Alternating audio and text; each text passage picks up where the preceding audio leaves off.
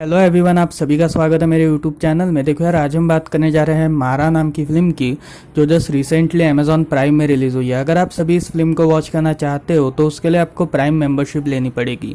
सो आज मैं आपको इसकी कंप्लीट स्टोरी और एंडिंग के बारे में बताऊंगा, और उसी के साथ साथ मैं आपको ये भी बताने की कोशिश करूंगा कि आप इस फिल्म में क्या क्या देख सकते हो। सो वीडियो को एंड तक वॉच करते रहिएगा ताकि आप इस कंप्लीट फिल्म को समझ सके। और अगर आपको वीडियो पसंद आए तो वीडियो को लाइक करके चैनल को सब्सक्राइब ज़रूर कर दीजिएगा, क्योंकि मैं ऐसे ही मूवीज़ और वेब सीरीज़ के रिलेटेड वीडियोस अपने चैनल पर डालता रहता हूँ। So without wasting any time let's start this video. तो इस कंप्लीट स्टोरी की शुरुआत में हम पारू नाम की एक लड़की से इंट्रोड्यूस होते हैं, जो काफ़ी छोटी थी और उसके साथ वो हमेशा अपनी दादी वगैरह से काफ़ी कनेक्टेड थी।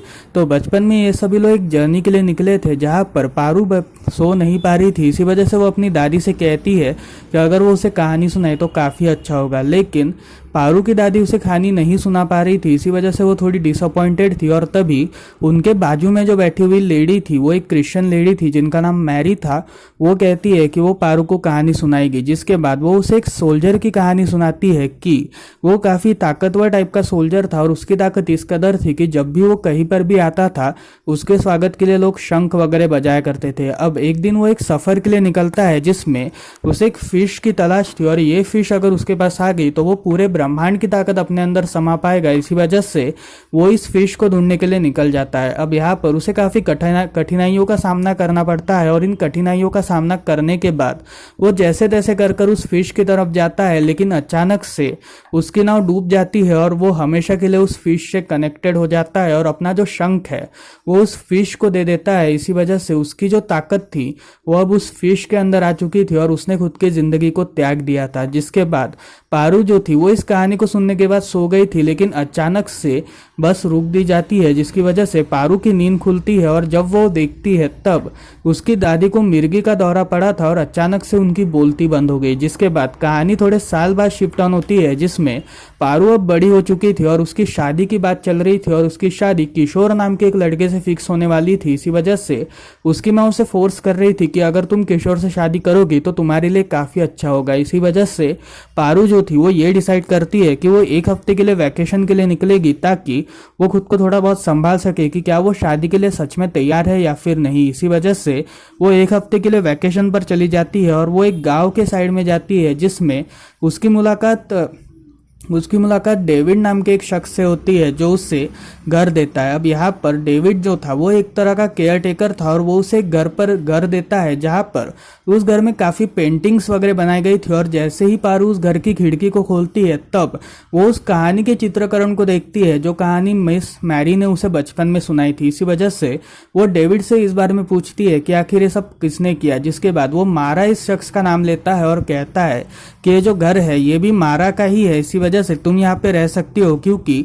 मारा वंस इन अ वाइल इस घर पर आता है। जिसके बाद पारू जो थी वो इस घर में रुकना स्टार्ट करती है, और एक रात, मतलब जिस रात वो रुकी थी उसी रात उसके लैंडलाइन पर, यानी जो उस घर का लैंडलाइन था उसमें फ़ोन आता है, और वो फ़ोन मारा का था जो उसे ये कहता है कि किचन में जाकर एक बहुत इंपॉर्टेंट काम तुम्हें करना पड़ेगा, क्योंकि मेरी मछलियां भूखी है और तुम्हें उन्हें खिलाना पड़ेगा। लेकिन जैसे ही वो किचन की तरफ जाती है वैसे ही फ़ोन की लाइन डिस्कनेक्ट हो जाती है। इसी वजह से वो मारा से बाकी बातें नहीं कर पा रही थी। सो यहाँ पर हम ये देखते हैं कि पारू जो थी वो मारा को काफ़ी ढूंढना चाहती थी, लेकिन फिर भी वो उसे छोड़ देती है। जिसके बाद वो डेविड के साथ एक दिन गुजारती है जहाँ पर वो उस गांव को थोड़ा बहुत एक्सप्लोर वगैरह करती है। और जब वो रात के टाइम पे घर पर आती है तब दो लोग मारा के घर पर आए थे और वो उससे पूछ रहे थे कि मारा किधर है, लेकिन पारू को मारा के बारे में नहीं पता था, इसी वजह से वो उन्हें नहीं बताती। जिसके बाद वो जब अपने रूम में जाती है तब वहाँ पर उन लोगों ने कुछ तोड़फोड़ वगैरह की थी, और इसी तोड़फोड़ के बीच में उसे एक किताब मिलती है जिसमें कुछ ड्राइंग्स वगैरह बनाई थी, और इस ड्राइंग्स के अनुसार वो एक स्टोरी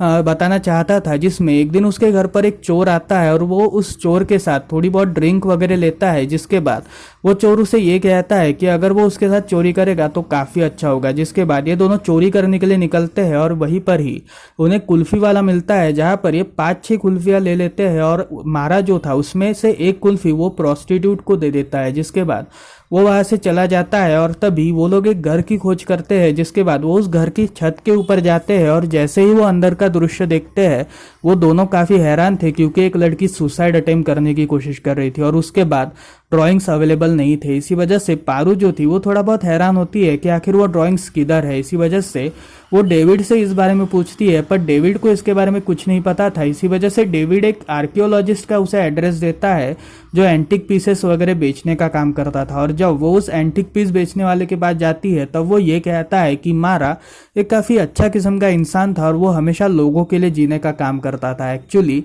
मारा जो था वो काफ़ी टाइम पहले एक झोपड़पट्टी के इलाके को बचा चुका था, क्योंकि गवर्नमेंट ने इस झोपड़पट्टी के इलाके को पूरी तरीके से डिमोलिश करने का ऑर्डर दिया था। और तब मारा ने इसके आखिरी दिनों पर काफ़ी पेंटिंग्स करी थी। इसी वजह से जो टूरिस्ट थे वो उसकी पेंटिंग से आकर्षित हुए और ये एक टूरिस्ट स्पॉट बन गया, जिसके बाद गवर्नमेंट ने इस प्लेस को डिमोलिश करने से रोक दिया था। इसी वजह से मारा एक काफ़ी अच्छे किस्म का लड़का है और वो कब आता है कब जाता है इसके बारे में किसी को कोई आइडिया नहीं है। जिसके बाद पारू जो थी वो मारा के कैरेक्टर के बारे में और भी ज़्यादा इंप्रेस्ड होना स्टार्ट होती है और तभी वो कुछ पेंटिंग्स वगैरह देखती है जिसमें उसे एक पायरेट साइन वाले शख्स की एक पिक्चर दिखती है। इसी वजह से वो डेविड से कहकर उस शख्स से मुलाकात करने के लिए निकलती है। अब यहाँ पर वो जब उस शख्स से मुलाकात करती है तब वो उसे ये बताता है कि वो और मारा काफ़ी अच्छे दोस्त थे और एक दिन जब वो शिप पर शराब वगैरह पीने के लिए आए थे तभी वहाँ पर एक प्रोस्टिट्यूट आई थी। जिस प्रोस्टिट्यूट को मारा कुल्फी देता है वही प्रोस्टिट्यूट आई थी और तभी वो उसकी एक काफी ब्यूटीफुल सी पिक्चर बनाता है। जिसके बाद हम तीनों वहां पर बैठे हुए थे और तभी मारा उससे उसकी कहानी पूछता है, जहां पर वो ये कहती है कि वो अपने हस्बैंड के साथ रहती है और उसकी एक बेटी है मीना नाम की और ये तीनों काफी अच्छी तरीके से जिंदगी जी रहे थे। बट यहाँ पर उसके जो हस्बैंड थे वो उसके साथ हमेशा डोमेस्टिक वायलेंस किया करते थे और उसे जबरदस्ती प्रोस्टिट्यूशन के धंधे में डाल दिया था। इसी वजह से वो काफी परेशान थी। जिसके बाद वो और भी बातें बताती है और तब वो मारा को ये कहती है कि आज उसका बर्थडे है। इसी वजह से मारा उसका बर्थडे सेलिब्रेट करता है। जिसके बाद वो प्रोस्टिट्यूट शिप पर ही खड़ी थी लेकिन अचानक से वो गायब हो जाती है। जिसके बाद वो उस शख्स से पूछता है कि आखिर वो कहाँ गई, जहां पर वो शख्स उसे ये बताता है कि वो काफी टाइम से एक बीमारी से ग्रसित थी। इसी वजह से वो धीरे धीरे वैसे भी करके मरने ही वाली थी, तो आज ही वो मर जाए तो काफी अच्छा होगा। इसी वजह से उसने जंप मार कर खुद की आत्महत्या कर ली थी। सो यहाँ पर कहानी वापस प्रेजेंट में आती है और तब पारू जब मारा के बारे में उस शख्स से पूछती है तब वो उसे कुछ ऑबिचुरी दिखाता है मारा की। अब यहाँ पर ऑबिचुरी का मीनिंग अगर देखा जाए तो ऑबिचुरी का मीनिंग एक्चुअली ये होता है कि फ्यूनरल का आमंत्रण। अब यहाँ पर ये देखते वक्त पारू थोड़ी हैरान थी, लेकिन यहाँ पर मारा मरा नहीं था क्योंकि उसने अपनी एक फेक डेथ करवाई थी और उसका जो साथी था मौली नाम का उसको उसने कहा था कि जब वो मरेगा तब देखते हैं कि कौन कितना मुझसे प्यार करता है, और इतना ही कहते वो वहां से चले जाता है। जिसके बाद वो और दो तीन लोगों से मिलती है लेकिन उसे उस कहानी के बारे में पता नहीं चलता। इसी वजह से वो अपने घर पर यानी मारा के घर पर चली जाती है। अब यहाँ पर अगली सुबह जब वो उठती है तब उसे एक वही चोर दिखता है जो चोर मारा से मिला हुआ था और तभी वो चोर से पूछती है कि आखिर आगे की स्टोरी में हुआ क्या, जहां पर वो चोर ये बताता है कि एक्चुअली मारा और वो जब उस लड़की को सुसाइड करते वक्त देख रहे थे तब मारा जोर से चिल्लाता है और उस लड़की को रोकने की कोशिश करता है। जिसके बाद वो लड़की वहां से भागना स्टार्ट करती है और तभी मुझे ये रियलाइज हुआ कि मैं किस किस के घर पर चोरी करता था, उसकी भी कोई ना कोई तो भी मजबूरी होगी। इसी वजह से मैं मारा से मिलने के बाद मैंने चोरी वगैरह करना सब छोड़ दिया। अब यहाँ पर वो चोर से पूछती है कि आखिर वो घर कौन सा था, जिसमें वो चोर उसे उस घर की तरफ ले जाता है और वो घर डॉक्टर कीनी नाम के एक डॉक्टर का था और तभी वो उसके एक्चुअल एड्रेस के बारे में जानती है। जिसके बाद वो अपना पूरा जो सफर था वो उसके एक्चुअल गांव में लेकर जाती है और यही पर ही कहानी में हम मारा की लाइफ को देखते हैं जब वो यंग था। यंग डेज में मारा थोड़ा मस्तीखोर था। इसी वजह से मौली जो थे वो एक तरह के पोस्ट मास्टर थे और तब मौली ने उसे अडॉप्ट कर लिया था। जिसके बाद उसे काफी सारी खुशियां मिली थी और इसी वजह से मारा हर सभी को खुशी वगैरह बांटने का काम करता था। सो यहाँ पर हम ये देखते हैं कि पारू जो थी वो उसके गांव पर जाने के बाद वो डॉक्टर किनी से और उसके साथ मीना से मिलती है। एक्चुअली मीना के जो फादर थे वो भी उसे प्रोस्टिट्यूशन के धंधे में डालना चाहते थे। इसी वजह से मारा ने उसकी जान बचाकर उसे अपने गांव की तरफ ले गया था और तभी वो डॉक्टर किनी से पूछती है कि आखिर आगे हुआ क्या, जहां पर डॉक्टर किनी ये बताती है कि थोड़े समय पहले जब उसका फर्स्ट ऑपरेशन चल रहा था तब उसने एक 10 साल के लड़के की मौत कर दी थी। मतलब वो एक्चुअल में एक गलती से उसकी डेथ हो चुकी थी, लेकिन पूरा इल्ज़ाम उसके ऊपर लगने की वजह से वो थोड़ी डिप्रेशन में थी और एक दिन जब वो सुसाइड अटेम्प्ट कर रही थी तभी मारा ने उसकी जान बचाई थी, जिसके बाद वो उसे समझाने की कोशिश करता है और तभी वो उसे अपने गांव पर लेकर जाता है जहां पर काफ़ी ज़रूरतमंदों को डॉक्टर्स की ज़रूरत थी और इसी वजह से डॉक्टर की ने अपना पूरा लाइफ उस गांव में समर्पित कर देती है। जिसके बाद वो ये कहती है कि मारा जैसा शख्स मिलना एक काफ़ी इम्पॉसिबल सा टास्क है और उसके साथ वो ऐसा शख्स है जो शायद से किसी को भी नसीब होगा तो उसकी लाइफ पूरी तरीके से खुल जाएगी। अब यहाँ पर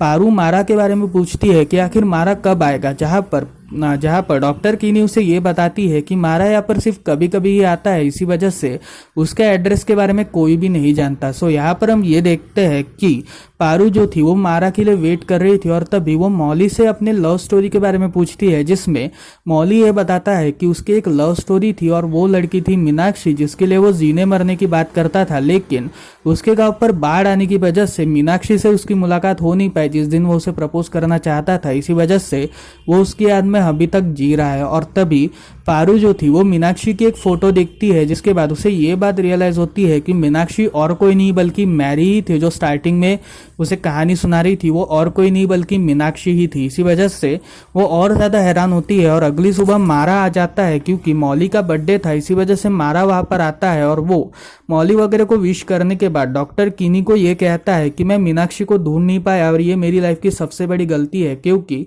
मौली ने मेरे लिए काफ़ी कुछ किया है लेकिन मैंने उनके लिए कुछ भी नहीं कर पाया और उसके साथ मैं उनकी लव तक को नहीं ढूंढ पाया, इसी वजह से मैं उसके लिए काफ़ी ज़्यादा गिल्टी हूँ। जिसके बाद अगली सुबह पारू जो थी वो मीनाक्षी को वहाँ पर लेकर आती है और तब मीनाक्षी और उसके साथ मौली ये दोनों वापस रियूनाइट करके एक दूसरे को गले लगाते हैं। जिसके बाद मारा जो था वो पारू को कैसे तो भी करके ढूंढ लेता है और तब पारू से ये कहती है कि आखिरकार मैंने तुम्हें ढूंढ ही लिया। जिसके बाद मारा उसे गले लगाता है और यहीं पर ये कंप्लीट फिल्म खत्म होती है। तो फिर ये थी स्टोरी मारा इस फिल्म की। आपको कैसे लगी मुझे कमेंट सेक्शन में ज़रूर बताइएगा।